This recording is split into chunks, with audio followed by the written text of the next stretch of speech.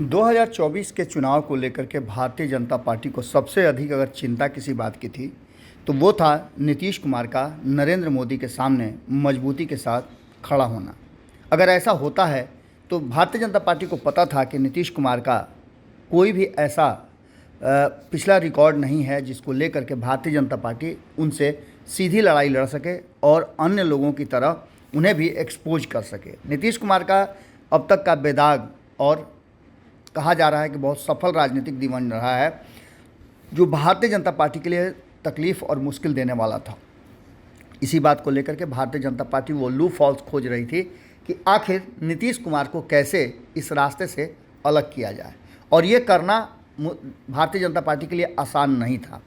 आपको बता दें कि लगातार नीतीश कुमार जिस तरह से भारतीय जनता पार्टी के विरुद्ध गैर भाजपाई दलों को जुटाने में लगे हुए हैं, उसको लेकर के 23 तारीख को एक बैठक होनी है। उस बैठक से पहले बहुत सारी ऐसी बातें सामने आ रही हैं जिसको लेकर के कहा यह जा रहा है कि नीतीश कुमार का प्रयास तो सफल है, लेकिन जो दल उनके साथ जुड़ रहे हैं उनमें आपस में एका कराना और एक मंच पर बैठाना, एक बिंदु पर सबका हामी भरना संभव नहीं लग रहा है। भारतीय जनता पार्टी के लिए ये खुशी की बात ज़रूर थी, लेकिन अभी भी वो पेच फंसा हुआ था कि अगर साझा विपक्ष नीतीश कुमार को अपना पीएम उम्मीदवार बना देता है तो ऐसी स्थिति में भी काफ़ी कुछ डैमेज भारतीय जनता पार्टी को नीतीश कुमार कर देंगे। ये अभियान चल ही रहा था कि इसी बीच में 2-3 ऐसे बातें सामने आई जिसको लेकर के नीतीश कुमार एक बार फिर से चिंतन के दौर में चले गए। उन्होंने अब अपने आप को एक बार फिर से समझाने का प्रयास शुरू कर दिया और इसका नतीजा भी सामने आ गया। आपको बता दें कि एक तरफ जहां 12 तारीख की मीटिंग में कांग्रेस ने और कांग्रेस के शीर्ष नेताओं ने आने से साफ इनकार कर दिया, तो वहीं 23 तारीख की बैठक को लेकर के भी कई तरह की चर्चाएं शुरू हो गई हैं। कहा यह जा रहा है कि 23 तारीख की बैठक में भले ही ये बात लगातार कही जा रही हो कि सभी दल के सभी प्रमुख नेता आएंगे, लेकिन यहाँ भी पेच फंस गया है।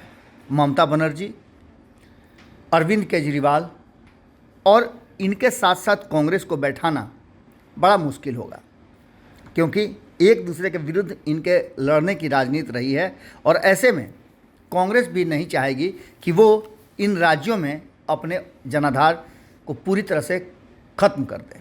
ऐसी स्थिति में नीतीश कुमार को ये विकल्प साफ नज़र आया और नीतीश कुमार चीज़ों को समझ गए। उन्होंने अपना नाम प्रधानमंत्री की उम्मीदवारी और इस रेस से ही अलग कर लिया। इसकी घोषणा विधिवत रूप से ललन सिंह ने की और ललन सिंह ने नारा लगाने वाले को रोका, और ये कहीं ना कहीं भारतीय जनता पार्टी के लिए पहली जीत थी। भारतीय जनता पार्टी के प्रदेश अध्यक्ष सम्राट चौधरी ने नीतीश कुमार के इस फैसले पर खुशी जाहिर की है और कहा है कि हाँ, बिल्कुल उनकी उम्र भी हो गई है, उन्हें आराम करना चाहिए, शारीरिक और मानसिक रूप से भी पूरे स्वस्थ नज़र नहीं आ रहे हैं।